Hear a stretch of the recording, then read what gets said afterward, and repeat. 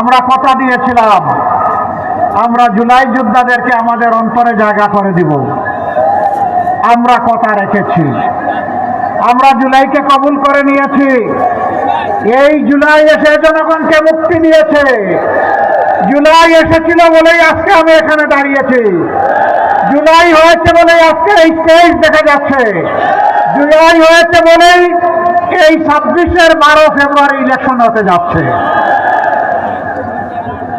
জুলাইয়ের আগে আমরা রাজনৈতিক দলগুলো বহু চেষ্টা করেছি, জীবন দিয়েছি, আয়নাঘরের সঙ্গী হয়েছি, জেলে গিয়েছি, পঙ্গু হয়েছি, ঘর বাড়ি ছাড়া হয়েছে, কিন্তু আমাদের নেতৃত্বে পরিবর্তন আসে নাই।